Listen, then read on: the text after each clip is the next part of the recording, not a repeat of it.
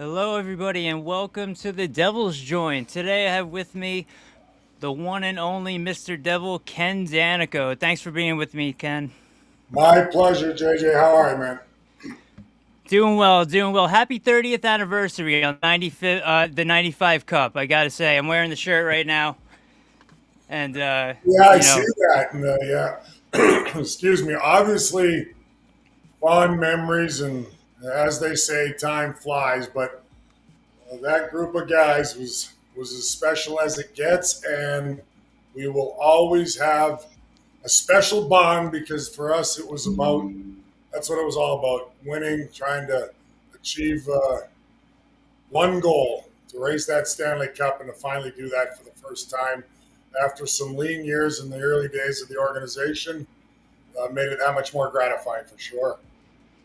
yeah, I was a young kid at the time, but I was there luckily to witness it. Luckily my father was able to bring me out from New York to New Jersey for the games.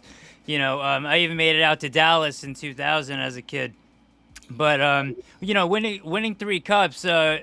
Which one of those runs? I would assume 95 because you just gave me the answer. My question was which one of those runs stands out to you the most and why. But I assume it would be 95. No, a lot of people think if you're fortunate enough to win multiple cups, and I was fortunate to be on some great teams with great teammates to win three times, and they always think the first one's the best because you've never done it. And yes, it was special, but everyone I've said many times had a completely different meaning to me. I mean, the first one was because, after going through those lean years I talked about and being able to still be part of the team, usually you're gone by the time that they become good. And I was Right. just grateful. I didn't want to go anywhere else. I, excuse me, wanted to be part of the solution to turn this thing around and play my small part, my role in us becoming not only competitive but a championship team. And I always felt in my heart we were going to get there. And obviously when Lou Lamoriello came and started to turn things around in the right direction and give us some guidance and certainly some discipline and everything you need, the pieces to put in the pieces you have to put in place to be a champion. It came together, so it was special. That group in particular was we were like the '86 Mets. It was a wild bunch. That's when the times were different. We like to have fun, play hard on the ice. We like to have fun and play hard off the ice, and I think that was some of our special bond with that team. But when it came time to play, we all pulled the rope the same direction, as they say. But we had a lot of fun, and as disciplined as Lou was, um, he knew some things that were going on. Everybody thought he was cut and dry, and as far as rules were rules, but he let things slide when things were going well. He knew he didn't want to upset the Oh, apple he did. cart. I'll give you one funny story in '95, and I'll tell you about the other years. So we always stayed at a hotel. I think we kind of started that, or Lou started that way back in '88 when we made the class the first time. That even for home games, stay at the hotel.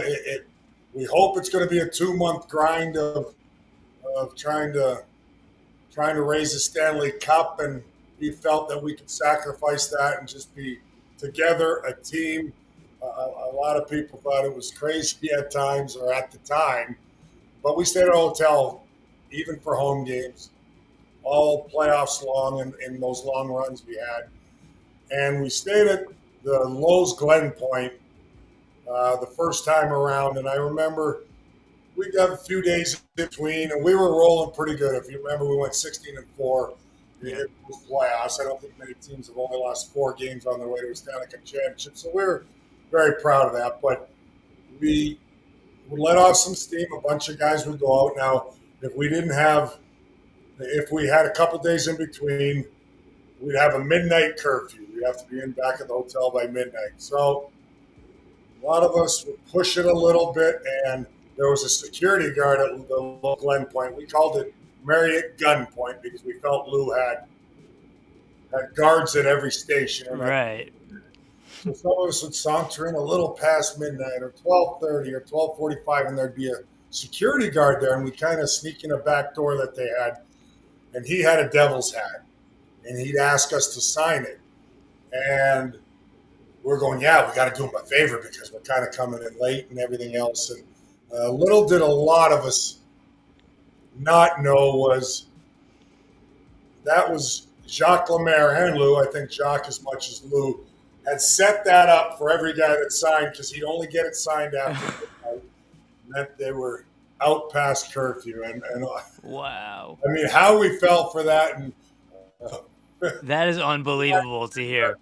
But then I think Randy McKay or somebody, I can't remember which player, but I want to say Mackey kind of caught on. He started signing different guys' names. So other guys in trouble. But I've heard so much about him too, yeah.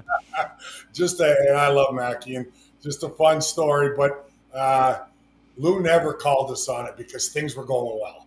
But after it was all said and done, and especially when I was retired, I'd learned a lot more about, yeah, I knew exactly what you guys were up to, and I knew that things were going on, but I wasn't going to rock the boat. It was okay as long as you're having fun, being a team on and off the ice, and he knew that kind of brought the camaraderie together. Now, if things started to go awry, oh no, we would have heard about it. But, right, of course. Funny story. So that 95 team, like I said, was just a bunch of characters. Deep team. I mean, that's where the game doesn't change come playoff time today. Everything's evolved, and the speed and the skill top to bottom is at an all-time high in today's game, and I love it. I've gone with the times, and we know our game was nasty, and our time was our time, but we had guys that could play the game any way you wanted. I mean, you got a fourth line, the crash line, which was everybody talks about. It's an infamous line for sure here in New Jersey, but you had Bobby Holik, who had 6 goals, double-digit points. You had Randy McKay, who had 8 goals. Mike Peluso doing a lot of the dirty work. All guys 215-plus pounds that could play. I mean, that makes you a dangerous team when that's your fourth line. And those guys, play 13, 14, 16 minutes a night. That's how deep we were. That's how balanced we were. And that's the same as today come playoff time. You almost need a regular season team in today's game and a playoff team where it goes back a little bit, where the ice shrinks. And the guys that maybe don't block shots block extra shots, or the winning teams do. The guy that doesn't finish his checks as often, well, you got more guys in the other team that are doing that are sacrificing. And our teams had that built in our DNA. Play it any way you want. And we can score plenty too. We sometimes hear too often about the defensive system, blah, blah, blah. The trap, blah, blah. I had never heard the word trap come out of Jacques Lemaire's mouth. We just were very responsible 5-man unit without the puck and cut the ice in half. But we were always one of the top scoring teams from 95 to 2000. If anybody cares to look it up, we're always near the top in goals for. Absolutely, especially with the additions of Arnott and. Yeah, because they gave it the connotation was that when we're sitting back and line up blue line and we don't score much. Well, we scored plenty. We were just so good defensively and had the great Marty Brodeur. But that team, just a fun group. I mean, I have such fond memories of those guys. And when we had our 20-year reunion 10 years ago, that bond I talked about was unbelievable. I mean, these guys, same banter, same characters. So that was probably the funnest group, the craziest group, and just a bunch of junkyard dogs for sure. And a great balance of young first-year players like Breland and Rolston and Dowd, and then 5-6-year players, and Patrick wasn't there yet, excuse me, but 5-6-year players and the older veterans. And that was a nice balance of me and Stevens and Driver and, guys that have been around a little bit. So we had a good. And Riche also and Lemieux. Well, Lemieux, yeah, he's been around a long time. But Claude Lemieux, I mean, as good a playoff player as the game has ever seen. And also one of those characters, an absolute. Oh, yeah. Man that I loved, You hated when you played against him. You loved him when he was on your team, kind of saying. I heard that Sergei Breland was like terrified of him in his rookie year. That's what Well, I believe it. Claude was he was a stubborn guy, set in his ways, but you know what? That's part of leadership. He demanded a lot, as Scotty Stevens did, but Claude was a little more talkative as well. Scotty did it led by example, but Claude he demanded a lot out of a lot of guys, and He but deserved the Conn Smythe Trophy. He deserves it for he sure. he backed it up on the ice. I mean, he was a clutch player that knew how to win, and and we had so many of those guys that really knew what it took on a nightly basis, whether we had to win 5-2, 2-1, 1-0, 6-4. We had a team, a good mixture of guys that just really knew what it took on a nightly basis come playoffs. And, moving forward to 2000, 95 was a whirlwind, dream come true. I used to carry a silver garbage can over my head in 95, pretending it was the Stanley Cup, because that was my second dream. As a lot of young players or hockey guys that think they're going to make the National Hockey League, that's your first dream. Play a game in the National Hockey League. Right. Second dream for me, anyway, was to hoist the Stanley Cup, and to do that, it was a whirlwind. It was a party. I don't even know if I appreciated it as much as when the dust clears and the parties are over, where I really understood what it took until after I was retired. 2000 was really special because it was different. It was, I really absorbed what it took to win as far as a team. I Especially absorbed, that Eastern Conference Finals series. yeah, to come back from 3-1, and to win different ways and to battle through 4 grueling rounds, and that was probably our deepest, best team. And that team was stacked, as good a defense as there was. Mogilny. Four great lines as well. McGillney came in and just scored big goals when you needed it. But and the A line, which was as good a line in hockey at the time for that span. But we just had a great team. But it was tough, and a great Stanley Cup Finals against Dallas. But I really appreciated that one because you understood how special of a group you have and what it really takes. And when you're in it, you always think you got a chance when you got a good team. But a lot of teams, you realize, have good teams. And, yeah, you need talent and toughness and character and, the will to win and hate to lose and all those cliches. But you realize how special a group of guys you're surrounded with after you win your second time. I did anyway. I go, that's a group that just was very talented, but knew what it took, and to come back from a 3-1 deficit, only done I don't know, it was 4 times maybe in history in the Eastern Conference Finals. So that was, Right.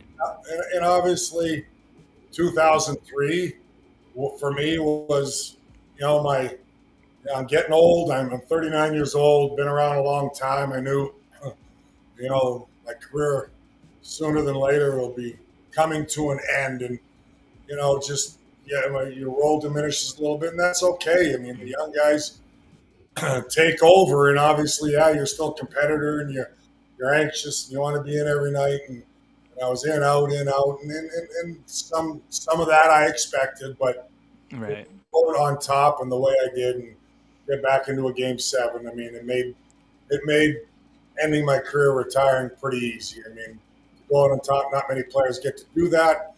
I feel grateful, pretty blessed to have that happen, and again, just to go out the way it all happened the way it was supposed to. I mean, so regardless, in, out, in between, angry at times, not all that didn't matter afterwards. We won. That's what I cared about. It was about winning, and to end my career on a Game 7, hoisting the Stanley Cup, finishing my career in one place with the Devils organization. It meant the world to me. I mean, I knew what I was. I knew my role. I knew I wasn't a star, the most talented player. But, my best attribute was my heart and will to win, and doing whatever that took to help my team. I wasn't going to try to be somebody I was not.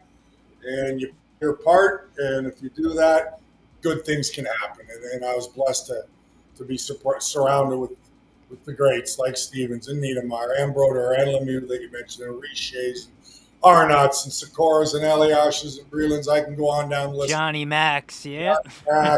Driver, Carpenter. Crowd coming up in the 95 playoffs. Jersey Jim scoring a big game-winning goal.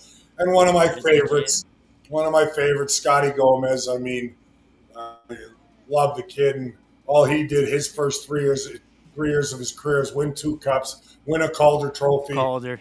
in his first year and a Stanley Cup. He's still one of my dear friends, and just one of those. Unfortunately, he had to move to the Rangers, though. That was something we didn't like at the I time. know, business He, is business. I don't care. right at I that know point, business is business. fans Yep. take that a little more serious than I do. Now, I mean, Oh, I'm that's grateful understandable. I ended my career how I did. One organization, I didn't want it any other way. It's not for me to judge why, what, when players go to teams or rivalry teams. Rivalry is what it's all about. And look, it was a business. And you get offered that kind of money, it'd be pretty tough for It'd be anybody. hard to not take it. But to me, he's one of the greatest. Big reason why I was fortunate enough to be on two Stanley Cup teams. So, and even the guys like the Holiks and Randy McKay is still one of my favorite character guys. I always said Randy McKay is probably the most fearless guy I played with ever. That's what Jimmy Dowd said. And he wasn't the biggest guy, and maybe he did. Every player did. I didn't see fear in him. He didn't care if you were the biggest guy in the ice, the smallest guy. He was going through you, around you, or scrapping you, whatever it took, every night. Win, lose, draw, whether it was a fight, like I said, puck battle. He had no fear. And those guys are dangerous. Those guys you want on your team. And that's what I loved about Randy. And he had skill to go along with that. Like I mentioned, the 8 goals in 95 playoffs. But Yep. it's pretty hard not to have fear. And when I watch Randy play, I'm going, this guy doesn't have any fear. I said, that is a skill that players, I don't care how tough you are, have. We all have a little fear in us every Of course. once in a while. We fight through it. But Mackey didn't seem like he had any fear. And but I can name so many guys. I mean, even and people would sometimes I don't think more so in today's game, maybe the younger generation at times don't get. Yes, you can't win without your star players, and it's fun and nice to see the 100 points and the trophies at the individual trophy at the end of the year, being in the running for that. To be honest with you, most of your players and team could care too, what about that. We care about one thing. And if you don't care about that one thing, you're probably not going to win it. And that's the Stanley Cup. So as nice as all those accolades are and all those numbers and statistics, personal statistics, and breaking a team record and doing this or that, Right. I'll be honest with you. I've played the most games in Devils history. Is it nice? Great. No, but it doesn't even compare. I don't even think about it because I played with so many great teammates. What I care about is 3 Stanley Cups. That's all I care about. And most of my guys, and 90% of them, that's what they care about. And I see too much now, not with our team, I'm talking in general, generalizing. Right, of course. With the Devils or fans in general. You got to understand, a 25-point guy might play a specific role. Everybody looks, well, his numbers aren't good. I go, no. He wins every puck battle. He does the intangible things that you can't win without. Can't win without your stars. I get it, but every team has those stars. A lot of times it falls on the foot soldiers. Are yours better than the other team? If you're going to win the Stanley Cup, so that's why I have such deep respect. Like I said, Niedermayer is the best player I've ever seen, skater, whatever. Scott Stevens is a beast. Hall of Famers.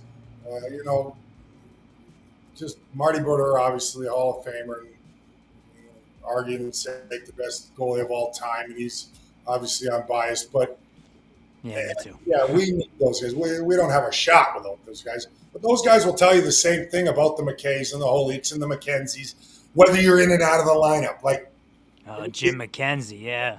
He's a beast, toughest guy I've ever, probably the Loved toughest him. guy that's ever played on the New Jersey Devils, pound for pound. And he was a big boy, but Jimmy was a policeman. And he's in and out of the lineup his whole time in New Jersey. Whether it's but we don't win without him. You don't win without these guys that character guys, leaders. On certain nights, making everybody feel 10 pounds heavier, an inch taller. So I could go on those little intangibles or role players or those pieces. But our star players, our Hall of Fame players, will tell you they appreciate all those role guys and those pieces that some fans will maybe say, he's not having a good year. He's not playing well. And my eye test is saying, what are you talking about? I don't care if he's got 1 point in 10 games.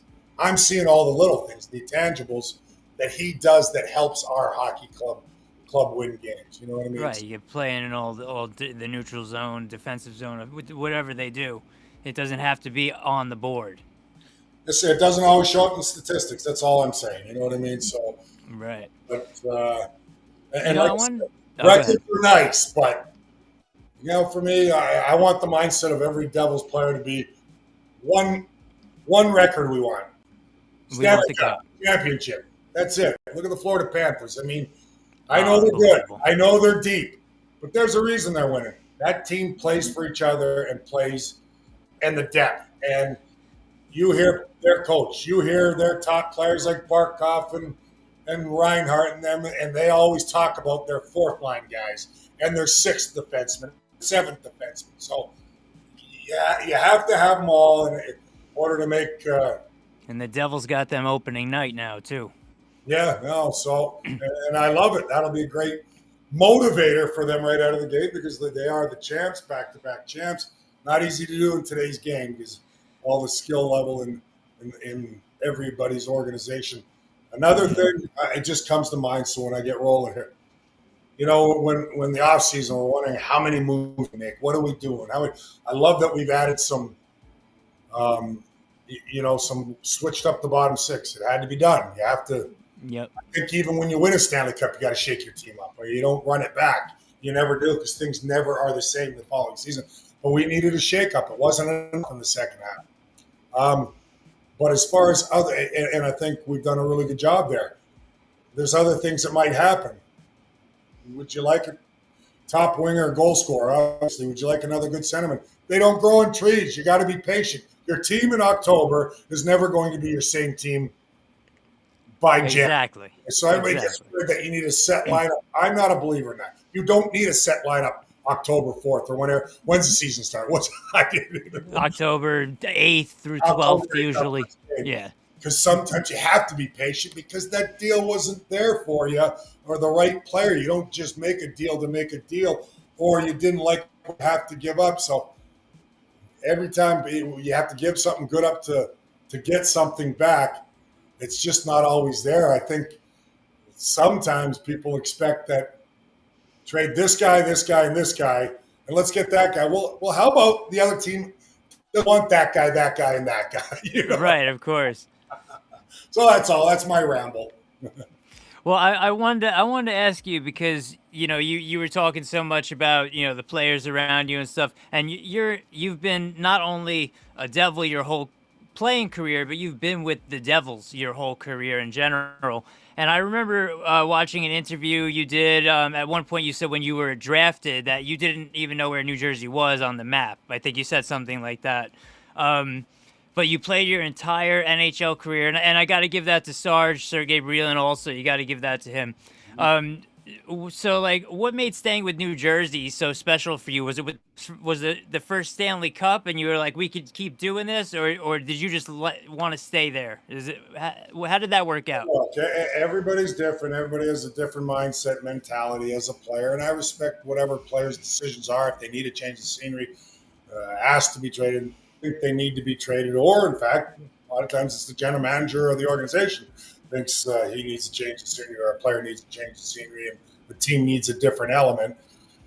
This was the team that gave my chance to fulfill a dream. That's as simple as that and how I look at it. I dreamed of playing in the National Hockey League as a kid. Like I said, like a lot of players, I'm sure.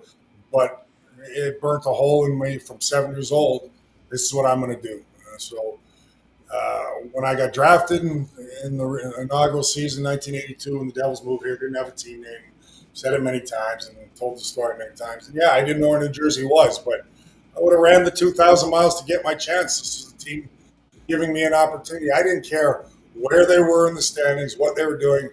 I wanted to be part of the team, first make the National Hockey League, to be a fixture and be able to sustain a career a little bit.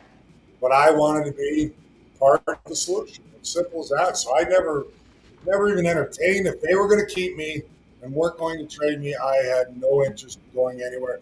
Number one, I didn't know where New Jersey was, but obviously learned to right away to love it, embrace it, I stayed here year round. A lot of players would go home in the summer. I didn't. I'd go home for 2 weeks to Oh Western yeah. Canada, where I grew up. From 19 years old on, when I had started, and yeah, some stints up and down a little bit there afterwards, but up and down with the AHL affiliate in Maine. But I'd spend my whole summers all the time in Jersey. It had a ton to offer. I loved it. And we had the Jersey Shore. I was starting to like the golf, some of the best golf courses in the world. There was just a ton to do, and I loved it. And I wanted to train here, be here, make myself part of the community. I did that right from day one when I played my first game in 19. That was just me. I was the type of person I wanted to build my relationships outside the game here, friendships, and that's kind of what I did. And I was just grateful that they didn't trade me along the way, because there was a lot of great skilled players, great friends that got traded to mold your team, whatever that went on to have illustrious careers in their own right. But Right. I felt I was a pretty lucky guy the way the Devils organization has treated me and to be here as long as I have. But yeah, the winning helped, no question. We won that first cup, but that was 12 years into my career. But after, Right. I knew every year was a chance. Were that good, that deep, that it's not always going to materialize winning a Stanley Cup. But my last 8 years, we always knew we had a chance going into the playoffs.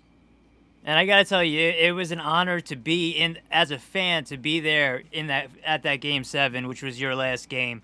It was an honor to be there to see that and to know that it meant so much to you. You know, I wanted to get out. That was we already talked about that, but Appreciate it. speaking of those old time players, I have some things that go beyond, actually further than your tenure with the Devils. Actually, it's when you started. This is the 1982-83 team photo right here. It's brand. Right. It's like it came right out of the printer just now. It's you got Joel Quenneville right in the middle right there. Joel Quenneville, Chico Resch, of course. Don Lever was the captain. And then I got right before you started the 1984-85 team photo. And this was right before you started, right? This was It's funny. Well, Kirk I've been up and Muller. down a lot, and I missed the team picture there, but I played some games that year. But You as a yeah, 19, like I 11. played 11 games and broke my leg. So again, I always believe things happen for a reason. If I don't break my leg, I probably never play in the minors.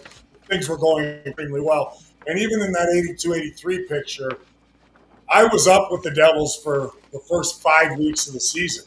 They were contemplating. I had a really good camp.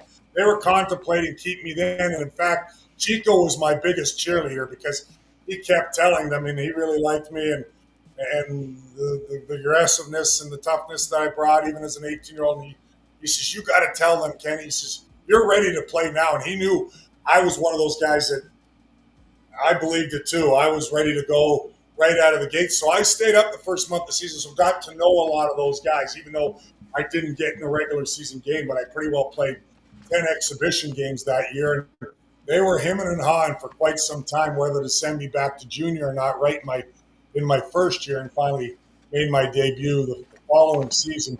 But the Quenvilles and, you know, Was Mel Bridgman still the captain when you came in? Yeah, he was, right? as a 19-year-old, I lived with Mel Bridgman Oh for about yeah? months. Yeah, so those guys were such great leaders. Hanford beats, yeah. They really led the way. Dave Lewis and Phil Russell. We go back. Those No, were it's two Phil Russell. defense partners. Is So Phil Russell the one with the huge mustache? yeah, and we were both Oh yeah. Canadian kids, so he kind of took me under his wing too for a handful of months there in 83, 84. But yeah, I thought I was going to have a good chance the first year because that might have been my best camp of my first five. And they had no intention of keeping me at first, and they kept hanging on because they said, "Geez, he's showing us otherwise." But and Chico was, like I said, I laughed back then, and we laugh about it now. But Chico would always say, "You got to go in the office and say you're ready because I think you're ready, Kenny." So And he knew he's the goalie, so I he would know. appreciated that from Chico. Oh, Chico's such a great guy. I mean, to this day, what a legend! What a legend. Yes, for sure. I want to know. I play. You know, obviously I'm not an NHL caliber hockey player. I never was, but I was a defenseman, and I was wondering. You had like obviously a tough physical presence, and like how'd you balance the hard hitting and and also staying disciplined at the same time, not like getting over penalized? Was there any way like that you actually balanced that, or you just did what you did? No, that's a great question. Actually, I've never really thought about it, but you mature as a player and understand.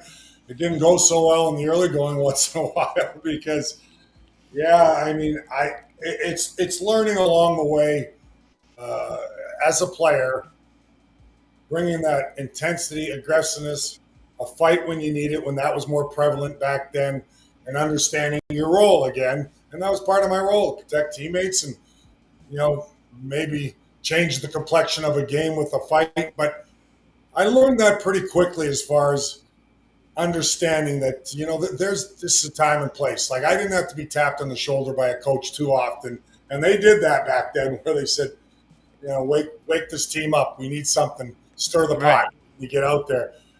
Yeah, I had a few coaches do that once in a while and I knew that I didn't mind it because that was part of my role. But as I my career moved along and I was more experienced and became a veteran, started to understand the time and place and understanding that I can't put my team in a hole by taking bad penalties, but there's a time and place for it. And There not is. always easy to balance up, trust me, because you lose your marbles at times and That was just my problem as a young player. I was taking too many penalties, so I was never gonna make those, it. one of the best at that was, if you look at it, way back before he even was a New Jersey Devil, was Scott Stevens. I mean, he Oh was yeah. he was a hothead as much as any defenseman or any player in the National Hockey League, and teams knew it, and teams wanted to get under his skin and get him off the ice because he was that good as well. And it took Scotty a handful of years to balance that out as well. So He was a scoring machine at first. yeah, Yeah. he was, and but just he balanced, let alone getting a defined role as being that main shutdown guy against all the top players in the league. But Yeah. from a physical standpoint, he was still a menace with his hits and everything. But he really toned down going to the penalty box because you needed him on the ice. So I think for any defense or any player, shall I say, that's their role: big, physical, strong, protect teammates. You learn along the way with experience that if I'm going to stay in this league, I can't, but you can't get away from what you do best. Sometimes that happens too. All right, I'm playing really good hockey, or even if you're not a player that gets many points like myself because I had a defensive role, but you get Right. 3-4 points in a 5 game span, and then sometimes when you're a young player, you think I can do more, and you forget about that extra hit or that puck battle, or Pete and going, and that's when Lou would remind me, and coaches remind me. He said, the old orchestra story I've used many times where Lou said, "What do you think you are? A violinist, pianist, drummer? What category you fall in?" And he had to say no more. I go, "Okay, stop it, Ken. That's just a bonus and fun once in a while when you chip in. You don't care if I ever scored. I had a defined role and make sure I don't stray from that good defensive shutdown D, physical, tough, yeah, fight when I needed to spark the team or protect the teammate. And you know what? I loved it. I loved the fact that I had a role. Right, in general, I just yeah, and having a role for you turned into such so much more. I always wondered listening to listening to you on when we're watching the games, when I'm at home, you're sitting in an arena with your name hanging on a banner in there. How does it feel to be sitting in there, and like to see your name up there all the time, and be to have that official title as Mr. Devil? Is How does that feel? That's amazing. Well, first, I mean, obviously honored and humbled, and I tell everybody or any young kid, you don't have to be the most skilled, the most talented to have those kind of accolades stowed upon you, and loyalty, work ethic, heart, drive, belief, and just character and wanting to be part of something and show that you'll do whatever it takes for the organization on and off the ice, that good things can happen. So I don't lose sight who I am, what I was on the ice. Those guys up in the rafters now are Hall of Famers and great players, and for me to be alongside them, there's a lot of intangibles that the reason why, and so it humbles me, it honors me. Sometimes I pinch myself because I can't believe it, but it's like I said, just I'm proud of it, but I'm more proud to say and tell others and young athletes, doesn't have to be hockey or whatever, or young people in general, that you play your what off, or you work extremely hard in whatever you're doing. Good things will happen. Doesn't matter what it was, and it just so happened to be a number of times. But the more important banners for me, again, I'll tell you, is those three Stanley Cup championship banners. Right. I'm just, I do pinch myself sometimes, JJ, when I'm up with those guys. And I just love Scott Niedermayer, Scott Stevens, Marty Brodeur, Patrick. These guys are special players, special people, special friends that we have a bond forever. For me to be alongside them, that's what makes it even more. Looking up there makes it more special when I understand who I'm up there with. Who is up there with you? Yeah. These guys are pretty awesome. And I'm so glad they started the Ring of Honor so they could get Breland and give him his recognition. He definitely deserved it. I love Sarge. Who does? How can you not? And I always have a great bond with him. I'm so happy he's with the team as an assistant coach here now. And another guy that paid his dues. He didn't. He was loyal to the organization. He coached how many years as an assistant in the minors? In the minors, yep. Club, but he wanted to be part of it, and eventually he came up. Sometimes it doesn't happen on your time, or it's not always on when the fans or even the management sometimes. Right. But I have no doubt it all works out the way it's supposed to work out to good people and people that played their butt off. I mean, again, I mentioned all those players in the Stanley Cup years. I mentioned Sarge. We definitely don't win without him. The Swiss Army, that guy could play in every situation. He does everything, yeah. Can't find guys like that, and he just quiet, nose to the grindstone, work ethic like no other. So I love you, and you mentioned Mr. Devil. You know what I mean? I've been asked this a lot lately. I don't even know when it transpired or who did it or made it. I guess it was the fans in general, and obviously the longevity and being here so long and games played and all those kinds of things. But you know what? Now I didn't know what to think. I'm still the kid from Western Canada, grew up in Edmonton, Alberta, that was playing pond hockey on the rink that had a dream to play in the National Hockey League. And I don't think I changed my mindset. So at first it was I was a little sheepish with it, if that makes any sense. Yeah, it does. But now, you know what? I wear it with a badge of honor because damn right, I love this team. I played for them for a long time. I want them to have success now, and make no mistake, I get as frustrated as fans, and I get it. And I've heard it. I've heard you. Just be made. And look, I point out mistakes. I'm always going to point out their mistakes. But I will not personally rip a guy because you just can't do that. You're with them every day, and that does not help anybody. I know some people want that and want more hardcore. You do it more behind closed doors or coaching. I'm not afraid to say on the plane ride, you got to give more. I mean, that's a different story. It doesn't always have to be public. But I think these guys are in the right direction, and my rapport with and they're all great kids. But now they got to get a little hungrier and a little meaner and a little understanding that you got to hate to lose, man, and they'll find their way because we've got a great core and a great. Yeah. And we got good management in place that understands what it's going to take, and they will keep chipping away at trying to add the right pieces. Every piece doesn't work all the time, but the fans deserve it. I get that, and we've had as loyal fans as I've seen during my tenure, 40-plus years here, and that's, we get a bad rap around the league, but people don't understand, how great and how large the Devils fan base really is. My relationship with the fans, I never take that for granted. Back in my crazy days, I probably had a beer with 50% of them. That was just me. I was out in the open. I was willing to talk hockey, engage with them because they're part of our team, part of our family. I Simple was as one of them, Ken. I don't just say it or do it. I believe it. And do I get frustrated at some of the comments? I'm very glad that we didn't have social media back in my day. Yeah. I would have pulled my, well, I didn't have any hair, much hair anyway. Would have pulled the remaining pieces out. I had it at the time. But I love it. I know, and I know it comes from the heart and from a good place and a passionate place. But I like to stay a little more even keeled when the team's going in a slump. And I get frustrated, but I understand it because I've been through it.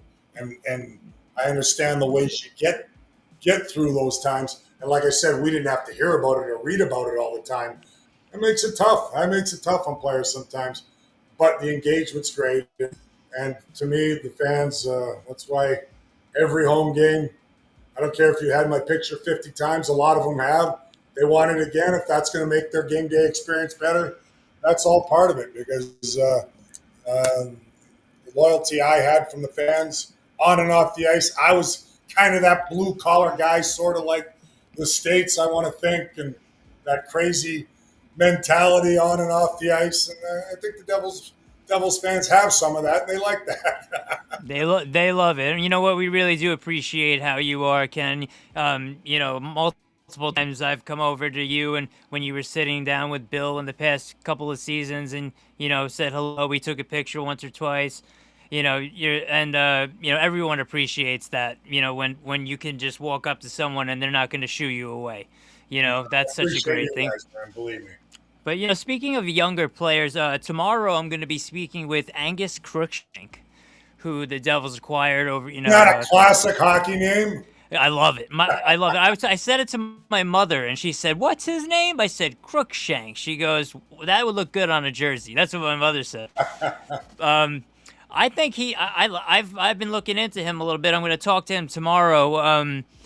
You know, I think he's a guy who might, and maybe in his second year, because second part of his contract is only one way. So the second year is a New Jersey contract. So I could see him making a difference. I really like him. So regarding young athletes, you know, some of them might be going through personal problems, setbacks in their life, and they're just coming into the league, and you know they're trying to balance. Oh wow, I got all this pressure on me, and I also I have this personal issue that I don't really want to tell anyone about, or you know it's a family issue.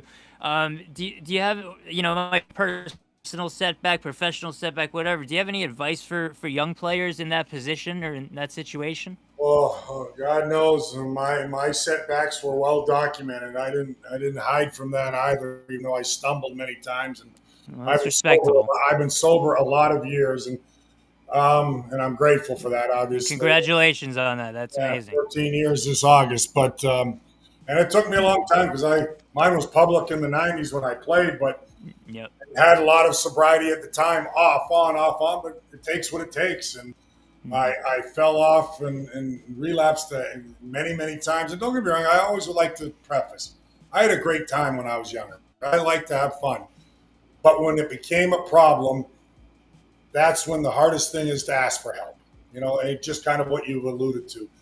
And you got to get support. You never can overcome obstacles or addiction or mental health or whatever you're going through, family problems. Talk to somebody, talk to your teammate.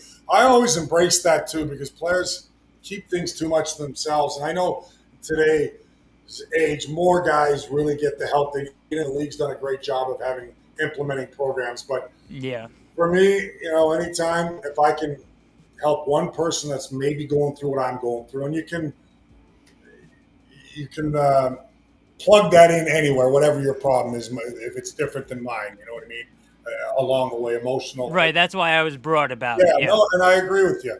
But you've got to reach out and get the help. And I was stubborn as a mule for about 15 years. I say it took me 30 years to get the 14 years consecutive, one day at a time of sobriety. You know what I mean? But I learned Yeah, to be comfortable in my own skin. I mean, that was what I celebrated to excess when things were going good. I drowned my sorrows to excess when things went bad. That's when I realized I've got an issue here. You know what I mean? There was yeah. no happy medium as later on in my career, And the only, the advice, there's no magic wand potion for any of the problems we have. Everybody goes through different issues in their life, whether you're an athlete, whether you're just somebody working um, in an office or at whatever your job is, mailman, anything we can think of. We all go through the same things. We're all human, right? So they can relate. Right. Some of the best emails I've gotten over the years, and I still battled up down at the time. So, and that helped me too to get to where I got today. So, people that reached out to me were helping me because I relapsed at times. But when mine was public in '97 about my problems and going away, I had more emails of people saying, my son is taking a look at maybe having an issue here with drinking, whatever it may be. And I think I got a responsibility here, but first I got to get myself right. You know what I mean? Completely. Right. Absolutely. And it takes time, but until I asked for help, got the support I needed, there's no, and the will and desire to change what I'm doing, change my life.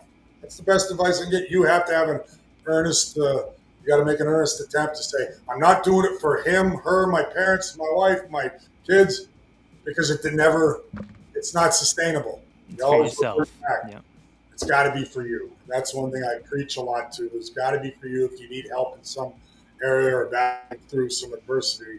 And for me, it was, I was a wild man. And I had a lot of fun with it. Don't get me wrong. I was the life of the party. But now I got old teammates out of the blue, which I love and that's kind of what I preach to them. Never mind a young kid. I'm talking older guys, and so many people have gone through, some addiction problems. Go, Dano, I'm giving you a call. I haven't spoke to you in a long time. I go, how are you? How are you?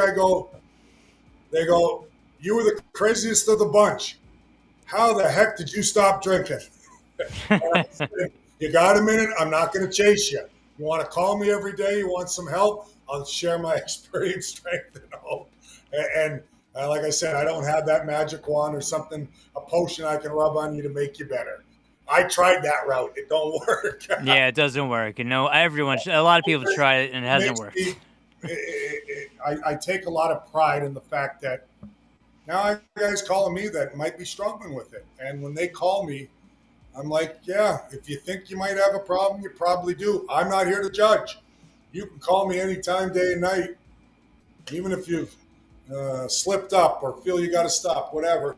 Let's go through it, and I'll tell you where I was at and how many times I slipped up, and then what kind of hit home and what finally transpired for me to say I can live this way. I'm still a nut. I'm still the life of the party.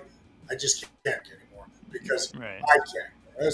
My friends can, the ones around me, if they don't have an issue, I don't even notice it. But I know once I became a pickle, I couldn't go back to a cucumber. That's my saying, and I tried many times. So, but you got to make that decision on your own.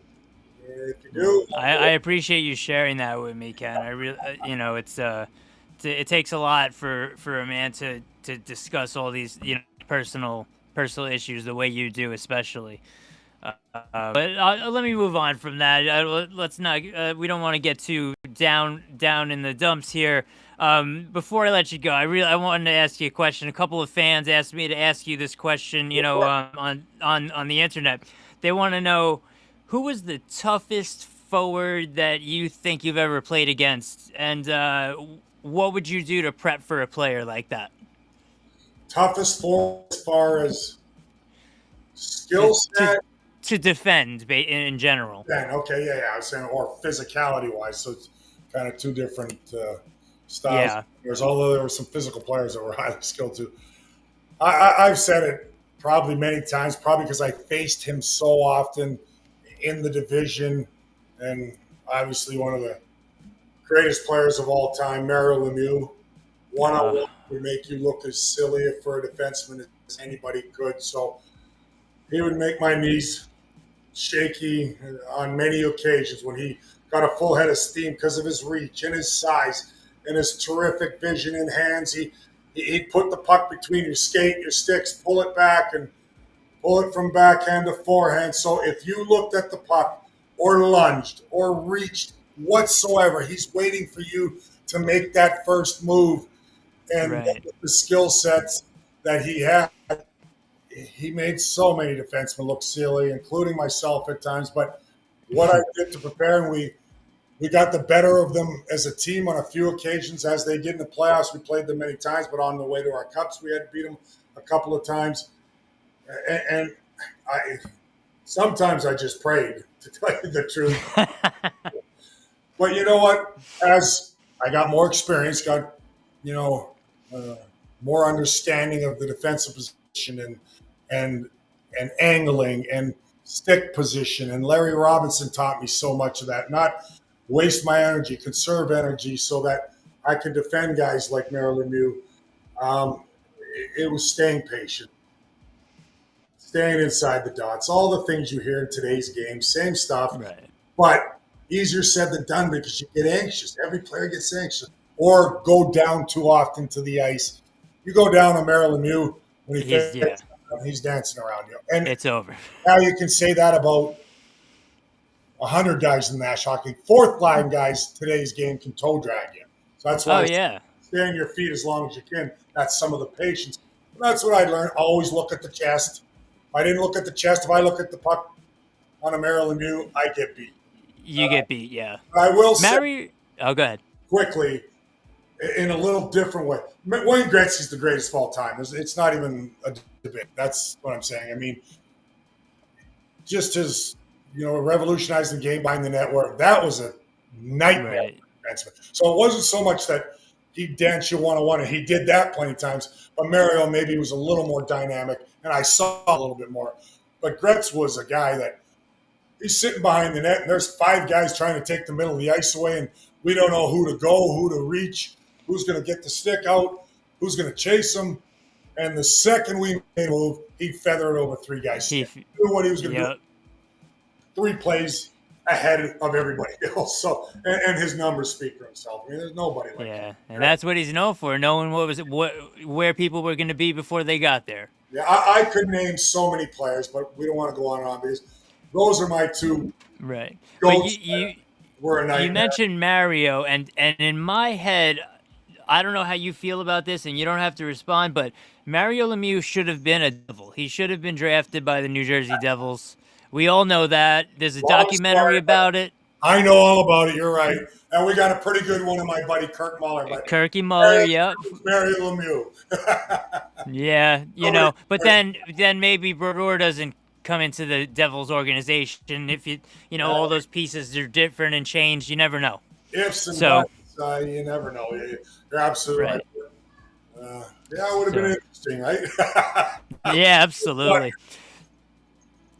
Anyway, Ken, I appreciate your time. I don't want to keep you too much longer. That's the only question from fans.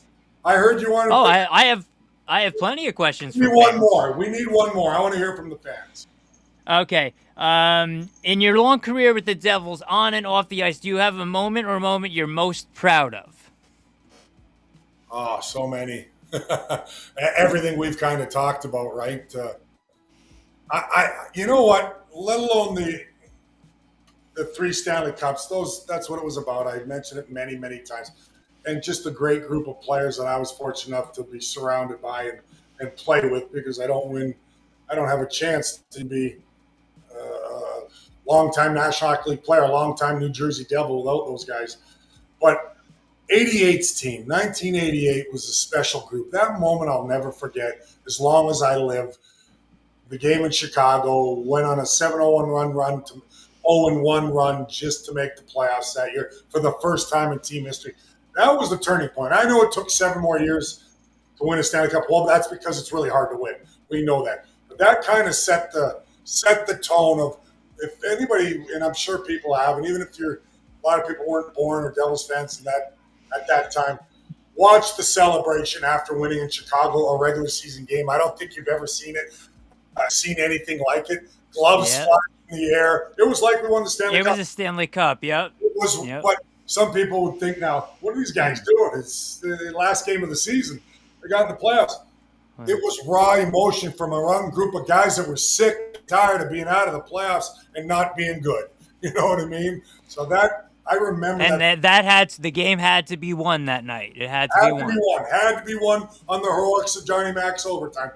Those guys were special young group. I know not all of them were still there in '95 because trades happen. That's the business, whatever it may be, and you mold your. Yeah, it's unfortunate Mueller didn't win a cup with the Devils, but And he got his cup and went on he up there. got his. The Pat Verbeeks, who I love, general manager of Anaheim. I mean, the guy was a beast. You know, he went on, had a illustrious career. I know, and he won a cup later on too. I believe with Detroit. But yeah, all those guys were the guys I grew up with, and most of them were there in '88 when it was the turning point of our Devils organization. And those guys went on. I'm sure they'll tell you that was a big part of their career, making their career so successful because they learned what it took to win. They learned how hard it is. They learned how to be a great teammate. You know what I mean? We all did at the time because it was just a young, hungry group that was so elated. But man, was that wild! I bet it was. And then that was the first year I was a fan. We didn't just burst and lay an egg come playoff time. Then we carried it right through. We didn't forget that we liked this feeling. Now let's go into playoff round. Let's go into playoff rounds, and that's what we did our first time around. Yeah, that was the first year I became a fan. I'm from Long Island, so I went to Nassau Coliseum for my first Devils game. Not Devils game, my first hockey game. And the Islanders happened to be playing you and the Devils, and I liked the jersey. So that's how I became a Devils fan back in 1988, you know? All right, so I have a question from another fan. And it's kind of a broad question, but a couple people want to know. If you're not a general manager, and it's not your position, it's not your job, and we're not talking about anyone specific, but if a team is not, isn't getting to where they need to go, and multiple years have passed, would it be the worst idea in the world to trade their best player in order to change the dynamic of the team? That's a good question. Interesting question along the way. Look, the old saying, if Wayne Gretzky be traded, I know there were circumstances. Anybody can be traded, right? And Wayne Gretzky went to LA, well know that, and grew hockey there. And he always went on to still win another cup after Wayne Gretzky left, right? So, yes, I'm a believer. Everybody's judgment's different. Who's your best player? There's different players. There's the best skilled player. There's the fastest skater. There's the guy that leads your team in scoring. That doesn't necessarily mean he's your most valuable player at times, right? So, of course, look, it would take a lot, obviously, if you're getting rid of a top player, but to get a good player, or get two pieces or three pieces that you might think can mold your team and make them better because you're filling some voids, even though you're subtracting a great player on your team, of course. I think you got to entertain everything today.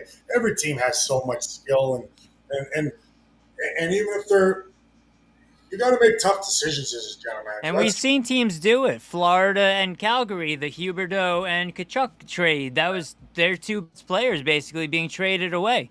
And worked out for Florida. Definitely. Yeah, and look, you're absolutely right. But obviously that's Huberdeau for Tkachuk, and we know. From Calgary's perspective, it was a little different because they didn't think they were going to be able to keep Chuck moving forward, so they want to make sure they get the best package. They got two pretty darn good players, and Huberdeau, who came off a 115-point season, and Uyghur, a really good, top 20 defenseman in my estimation. Could be their captain, soon. Yeah. Well, Calgary did the best under the circumstances. Sometimes it's circumstances too, right? Yeah. But you want to mold the team.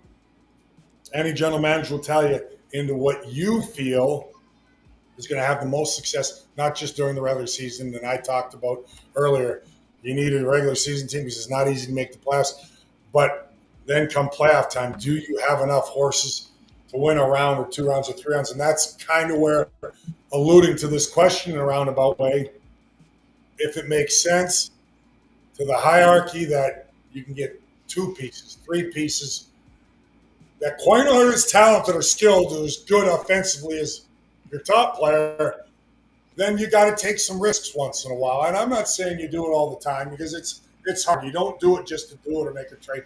These are tough decisions. There's a lot of Of bench. course. You hope you make the right call, but there is times every general manager I think faces a tough decision of making a blockbuster deal. Right. Now you mentioned play regular season versus playoffs, and there's one player specifically that gets brought up a lot regarding regular season and playoff performance, and that is Jesper Bratt. Jesper Bratt happens to be my favorite current Devil. I love, his story, just coming out of the sixth round and making the team and becoming an all-star. I just love this story.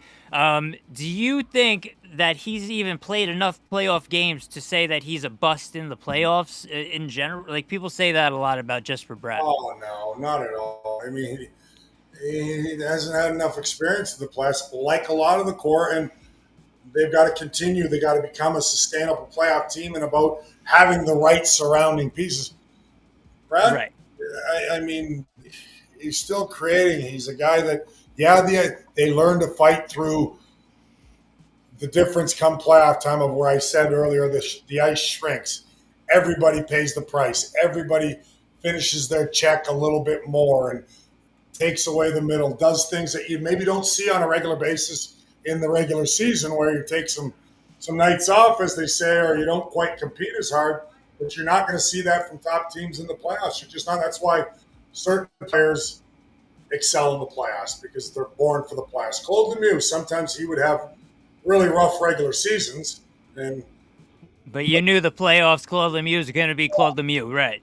he was going to be a beast. And it's not just about size, just that strong for his size. He's got such a strong base in the dynamic. He's such a dynamic player. But no, I definitely think the group as a whole needs to some more sustainable playoff runs or playoffs where you play 2, 3, 4 years consecutive playoff hockey.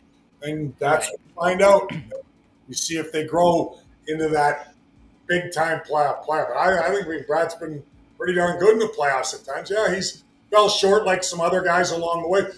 Everybody does come playoff time, and every player will tell you that. I'm not saying anything different. Is the fact that you lose in the first round, you lose the second round. Well, in order to raise the bar, you gotta be disappointed and say I could have done more.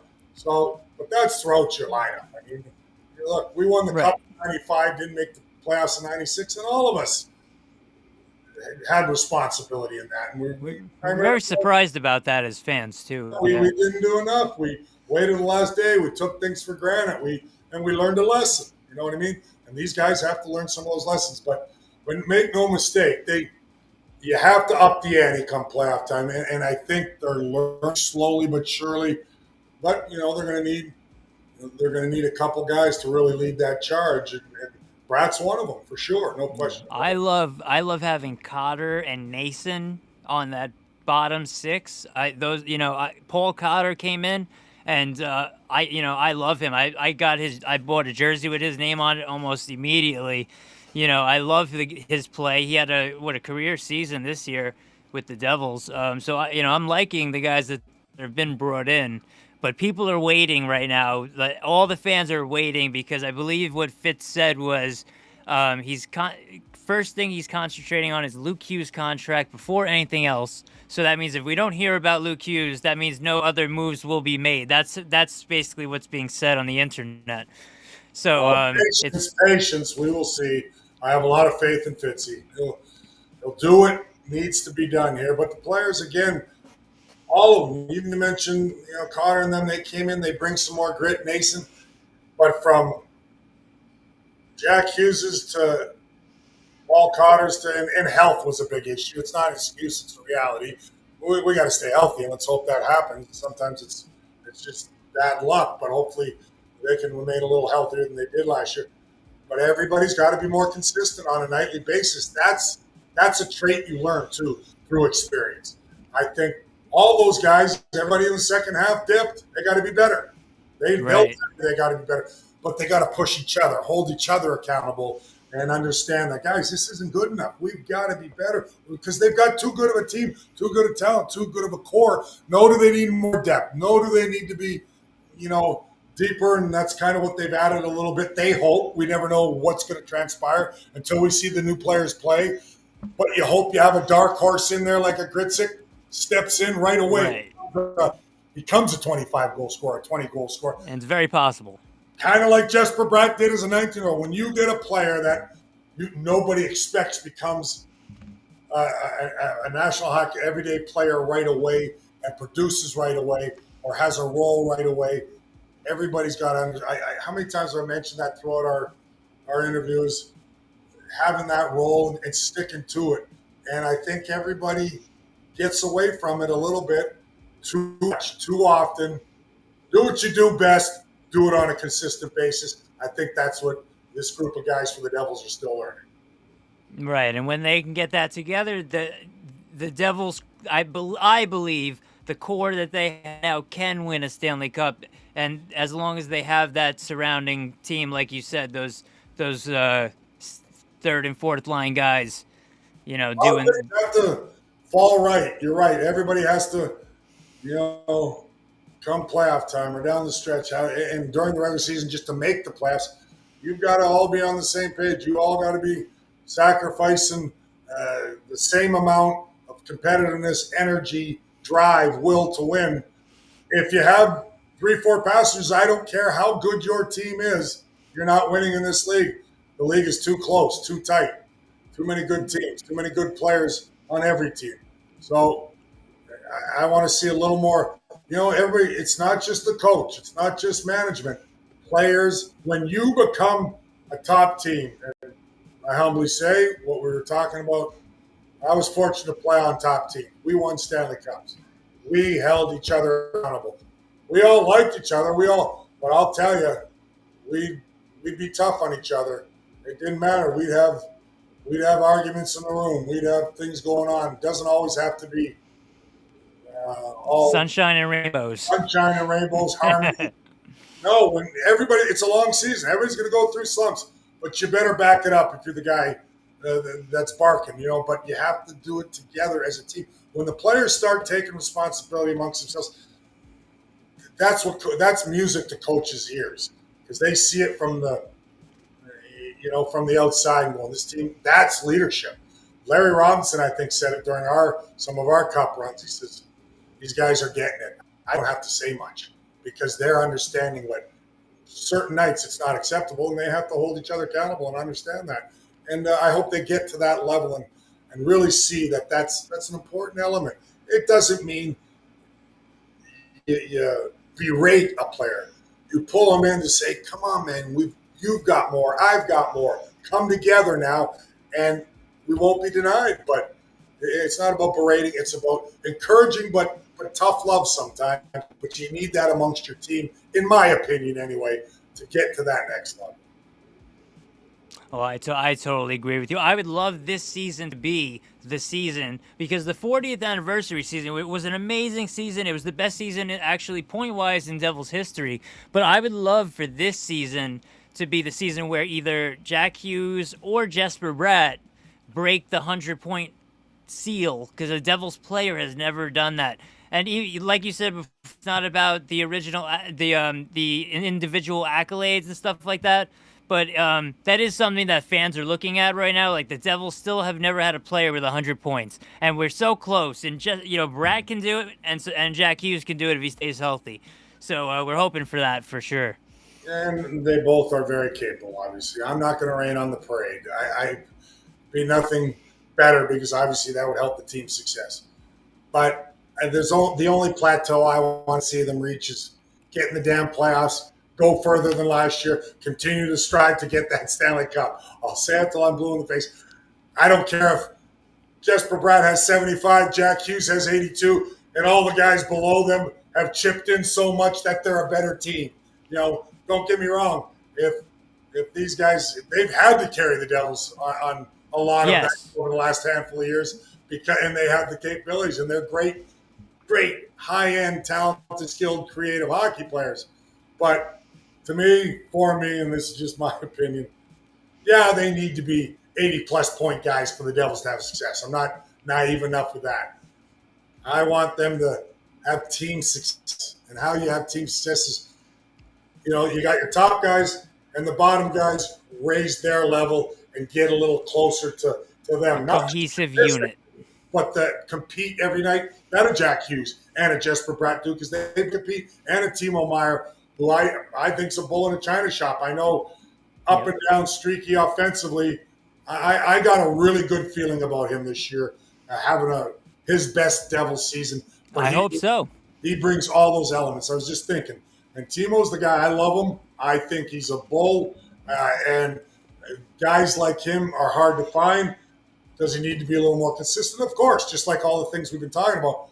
But I have a feeling he's on the verge of that, and I think he's a big piece, a big cog going this season. Not just Jet Bratt and certainly Jack Hughes. It made it really difficult. He is their best player, most creative, most skilled, and it killed him when he went down and wasn't there for the playoffs. But I was proud of the effort they put in. I'll tell you that. Really proud. I thought they played hard against Carolina. They really did. I mean, just my eye test. I don't care what the series was, whatever it may be, and Carolina deserved it, obviously.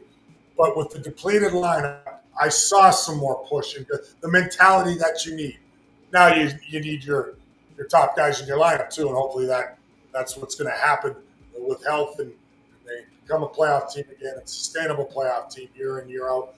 That's how you learn where to get to that level. But I saw some pretty good pushback in that series when, for all intents and purposes, when all the defensemen went down, when Jack Hughes wasn't even there to start the playoffs in the end of the year, pretty tough to get. Yeah, I mean, it's hard to deal with in the from that point of view. Like when you start the playoffs without your best player, you're already kind of starting with a leg down, so to say. Yeah, no question. Not this So year. Good vibes, and everybody stays good now. hopefully everyone has the best season they've ever had before. Bratt, Hughes, Meyer. I'd love to see it. Cotter, Nason, the new guys, Brown. I like to see Connor. And see how they fit in. Like everybody talks about the offseason was a good, bad, and different. I don't know. I like some of the pieces they added on the surface.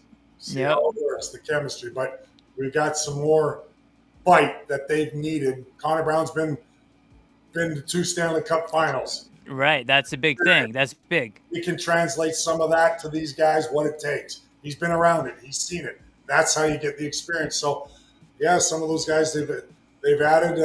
Dadonoff's going to be hungry. Dadonov, excuse me. I want to say that probably. Is it Dadonov? I believe so. I go back and forth. But, we'll figure it out. Yeah. But he's got a little more speed. We need to get a little faster again. I think maybe. And let's hope he has. But we don't know going in. We got to see how that works out, right? We hope they have real good seasons as New Jersey Devils because they need to. The Devils need that, and that's why they changed the dynamic of the team.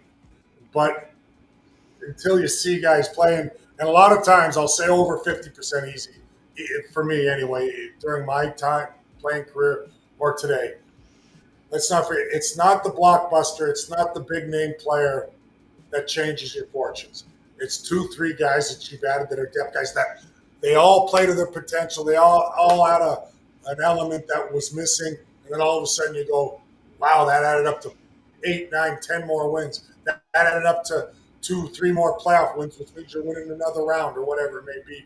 A lot of times I've seen it, and that's teams I've been on too, where it wasn't the household name, wasn't the star player that was traded for or be a free agency. A lot of times it's that grinder, hardworking guy that chips in important goals when needed or a big Randy McKay. Randy McKay. There you go. And, I think that's what Fitzy kind of had in mind, adding a Connor Brown. The guy works his tail off. He's got a little bit of offensive ability, but just that mindset of how to win on a nightly basis because going to 2 Stanley Cup finals, I know they didn't win, but it's a grind, and you learn a lot along the way. Right. Whether they won or not, he got to Game 6 and Game 7 of the finals, So they didn't get swept either. He was, brings that experience. this is totally off topic, but I don't want to go and I don't want to end this without asking you this question because a All couple right. of people asked me to ask you this, and it's not even about really the game. It's more about just the Devils organization and how you as a player um, wore the uniform lately. Since 2017, Nico and Brat's first year, the Devils have been without the stripes on the bottom of their jersey. What do you think they should bring it back? Do you think they ever will? Yeah, I'm going to be honest, JJ. I don't get caught up in all that stuff. I can't. I get caught up in wins and losses. That's it. I love but I am very open minded. I love throughout the league, not just the Devils. I love different looking uniforms every once in a while. Yeah. I'm about change sometimes, regardless of the history. And yeah, we're always going to have our main jersey, and we can all go back. I love the green and red too now, probably more than when we were green and red in my days. And, Right, right. but no, I don't get caught up in that. I think we got some. I love some of our uniforms and some of the what do you call them? God, Stadium Series Heritage it's jersey. whatever the term is for it. We change it up once in a while, and I think that's fine.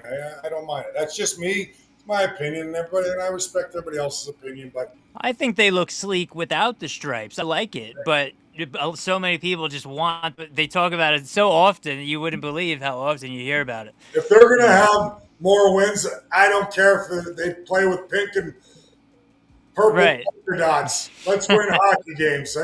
That's kind of the least of my worries. But I get it. It's totally different from a fan's perspective. I respect that. I understand that. But along the way, I've seen a lot of cool jerseys. I see the fans with their favorite players and numbers on their back with some of the retro jerseys. That's the term I was looking Retro, oh, like the reverse retros and the for. retros My in mind general. went crazy. But some of Right. the different looks. Retro, yes. We're always going to go back to what they have. And you know what? Everybody has an opinion. We're not always right. It's our opinion, right? So Absolutely. Absolutely. I just want wins. That's all I want. That's what I want too. You know what? Like you said, pink with polka dots is fine with me. If they're holding the Stanley Cup over their head, it works, right? Don't get me wrong. I love tradition too. I know because we've had success in ours, but I'm open minded enough to understand you got to get creative. I like colors. I like different elements to a jersey, and that's throughout the league. When I see some other jerseys or retro jerseys or throwback jerseys, I go, "That's pretty cool." You know what I Yeah, mean? some really nice ones. Yeah, some real nice ones. Well, that's about I was just over at Fanatics Fest in New York City, yeah. and they had all the jerseys lined up, and they had the new Utah Mammoth jersey there. And I'm more of like a classic kind of looking guy, or more plain. I like the Utah, not the Mammoth, logo. I like I just the kind of plain liked Utah. it. It appealed to me. I thought it was pretty cool. You did okay, okay, yeah. But So that's what makes it fun. Everybody has a difference of opinion, right? yeah, of course, absolutely. All right, Daniel. Well, it's been a great talking to you. I really appreciate you coming on.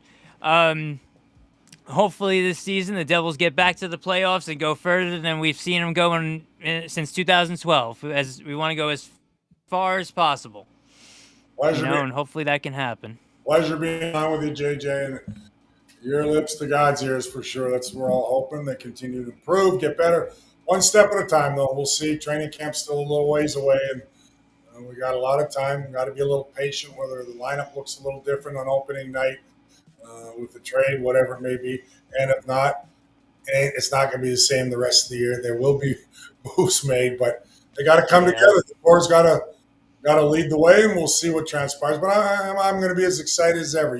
We all have hope, right? We all have hope that they're going to have their best year and come back with a sour taste, hungry, yeah, that's what sour we taste, want. hungry to get a step further and see where they can go.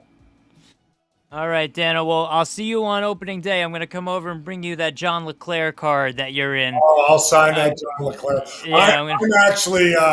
That's great. I'll end it with this. go We can ahead. go on forever. I love talking hockey. It's fun, Jake. But I'll have you John, on whenever you want.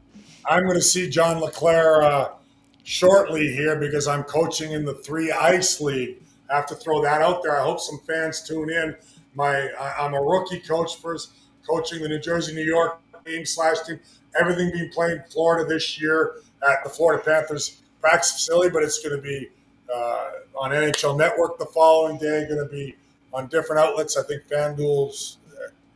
Don't quote me. Now I'm blank, but one of the streaming services, and I'm pumped about it. And I'm got to call Jesper Bratt and Jack Hughes and pick their brain of strategy. But I'm certainly going to motivate my players because you play to win, and that's what I'm looking forward to. And John Meyer's a coach, so I'll be battling Leclerc. Used to do that a lot when he was a Philadelphia Flyer, so we're anxious. But tune in, 3 Ice.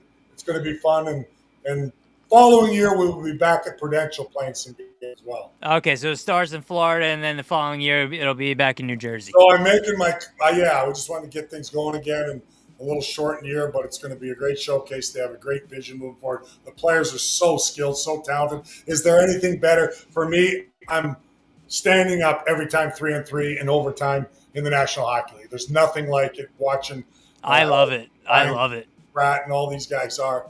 I love it. I love watching the 3-on-3. So I'm excited to coach these guys. And no, I'm not making them play defensive in case anybody's wondering. I've evolved, man. I love the high end, high pace, high skilled. Make the right play when you don't have the puck or away from the puck. But I want to see these guys dance out there. I'm really looking forward to it. It's my coaching debut in a professional league, so let's go. And you know what's funny? I gotta say, I gotta apologize to you because you're Dano, you're Mr. Devil. I didn't really think because I interviews here and there, and I say, hey, do you have anything you want to plug or anything like that? And I didn't really even think to ask you, to ask you that. So thank God you said that. I apologize. I gotta apologize. Until you mentioned John Leclerc, I didn't think of it either. So no problem. But I wanted to throw that plug in there. But with all sincerity, I'm really excited about this challenge. I really am. Every thing in your life is a new adventure that you haven't quite done before. And for me, hockey's been my life, and now I get to be behind the bench and what's a little different, but 3-on-3 league, which is exciting. I love that idea. I'm gonna, I'll check it out and post little clips of it up on my, on my social media for you as well, because it sounds good to me. I love 3-on-3. Yeah, it should be a lot of fun. All right, JJ, I'll talk your ear off. Let's call it a night. All right, Kenny. Thank you so much. All right, pal. Take care. Good.